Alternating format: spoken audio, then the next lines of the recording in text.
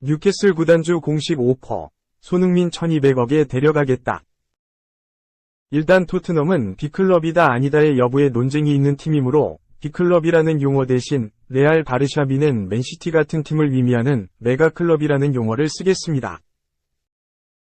그리고 일단 오퍼가 있었는지 없었는지 여부는 구단주나 수뇌부 당사자들이 아니면 제대로 모르는 사안이므로 일단 논외로 치고, 일단 현재까지 메가클럽에 속하지 못하고 있다는 팩트 자체만으로 드라이하게 본다면 가장 큰 이유는 가성비, 타이밍 두 가지인데, 가성비야 뭐 말할 것도 없이 트랜스퍼마크트 기준 몸값 1천억이 넘고 레비는 그거보다 훨씬 더 높게 부르는 상황에서 그 몸값을 내는 대신 훨씬 싼 몸값에 비슷한 퍼포먼스를 보이는 선수를 영입하는 게 합리적이죠. 그리고 타이밍 문제는 결국 군 문제와 재계약 문제인데, 손흥민이 군 면제가 된 건 2018년 말, 즉 만 26세 때이죠. 군 문제는 한국 선수 공통의 걸림돌인데, 군 문제가 해결 안 되면 중간에 선수가 탈퇴할 수 있고, 리셀이 어렵기 때문에 당연히 거액의 이적료 지급이 어려워지죠. 손흥민이 만약에 토트넘을 탈출하고 싶었다면 2018 시즌 즈음이 적당했을 것이나 군 문제에 따른 재계약 협상을 맺었기에 자유계약을 꿈꾸기도 어려웠죠.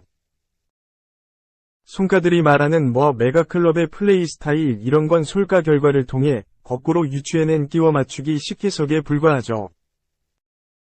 메가클럽이 하루 종일 지공만 하는 것도 아니고 역습 상황도 자주 나오고 리드하는 상황에선 상대도 라인 올리기에 손흥민의 장점을 발휘할 타이밍도 얼마든지 옵니다.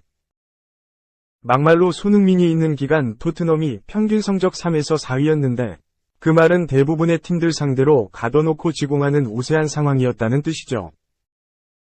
그런 상황에서도 손흥민은 득점왕도 하고 100골 이상 박은 겁니다. 그리고 전성기 때는 세계 어느 클럽, 어느 국대 가도 주전 가능하다는 소리 들었고요. 몸값이나 기타 상황 고려 안 한다면 EPL 득점왕을 마다할 클럽은 없습니다.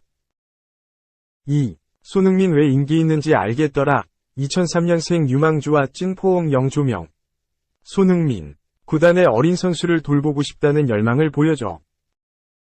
1일, 이하 한국 시간, 영국 풋볼 런던은 손흥민, 토트넘, 이 지난달 29일 리즈 유나이티드와 올 시즌 잉글랜드 프리미어리그 최종전 직후 2003년생 유망주 매튜 크레이그와 포옹을 나눈 장면을 조명하면서 이렇게 적었다. 이 매체는 손흥민이 토트넘 선수 사이에서 스스로 얼마나 인기가 있는지 다시 한번 보여줬다며 한국의 스타는 늘 웃고 호스퍼웨이, 토트넘 훈련센터에서 모든 아카데미 선수에게 인사하고 격려한다고 언급했다. 토트넘 아카데미 내 구단 유망주에게 먼저 다가가는 손흥민의 자세를 높게 평가한 것이다. 그리고 리즈 유나이티드와 최종전에서 데뷔전을 치른 유망주를 격려한 손흥민을 언급했다. 라이언 메이슨 토트넘 감독 대행은 이 경기에서 2003년생 크레이그와 2005년생 조지 에벗을 교체로 투입했다. 2022에서 2023 시즌 EPL 8위에 그치며 유럽 클럽 대항전 출전권을 놓친 토트넘이나 최종전에서 미래를 염두에 두며 유망주를 연달아 투입한 것이다. 크레이그와 에벗 모두 1군 데뷔전을 치렀다. 토트넘은 이날 리즈를 4에서 1로 대파했다.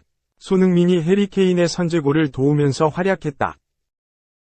풋볼 런던은 손흥민이 이날 어시스트로 올 시즌 14골 6도움으로 시즌을 마쳤다면서 토트넘 팬은 그와 아카데미 출신 사이에 또 다른 고무적인 순간을 봤다고 했다.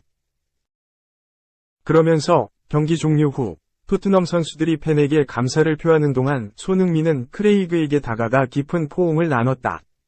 구단의 어린 선수를 돌보고 싶다는 의지가 느껴졌다고 했다. 이 매체는 손흥민과 크레이그가 포옹을 나누는 사진을 곁들였다. 크레이그는 환하게 웃으며 손흥민 품에 안겨 있었다. 실제 손흥민이 토트넘을 넘어 EPL에서 정상급 선수로 자리매김한 데엔 경기력뿐 아니라 친화력도 한몫한다. 1군 선수단을 넘어 구단 내 유망주까지 챙기는 자세도 마찬가지다. 풋볼 런던은 이를 두고 손흥민의 품격이라고 치켜세웠다. 3. 대회 중 일 유흥업소 밤새 술판? 정신나간 한 야구. 팬 사랑 안중에도 없나. 한국 야구 국가대표팀의 명예가 또다시 실추됐다. 국가대항전인 월드베이스볼 클래식에서 3회 연속 1라운드에서 탈락한 결과도 실망스러운데 대회 기간 주축 선수들이 유흥업소에서 새벽까지 술판을 벌인 사실이 밝혀져 자랑스러운 태극마크에 먹칠을 했다. 한국야구위원회는 2023 WBC가 열린 일본에서 대회 기간 국가대표 3명이 새벽까지 술을 마셨다는 한 매체의 보도에 대해 해당 선수들로부터 경위서를 제출받았다고 5월 31일 밝혔다. 이날 KBO 허구현 총재와 류대환 사무총장을 비롯해 관련 부서 담당자 등이 음주 파문에 대해 논의했다.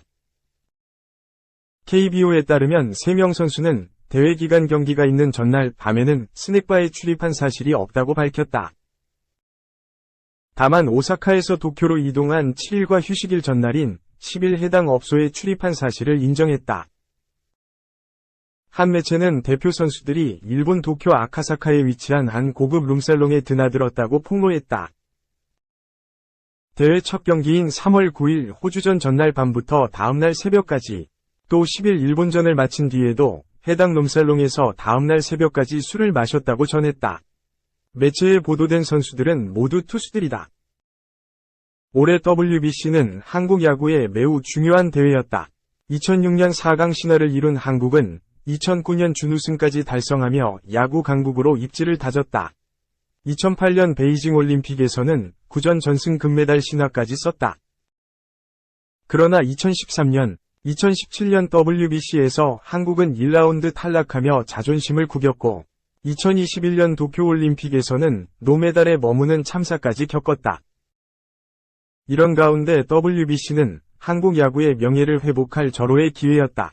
KBO 허 총재도 한국 대표팀에 유리한 환경을 조성하기 위해 동분서주했다. 최강의 전력을 꾸리고 미국 전지훈련 등 지원을 아끼지 않았다. 이강철 대표팀 감독도 최소한 미국에는 가고 싶다. 며 4강 이상의 성적을 목표로 내세웠다.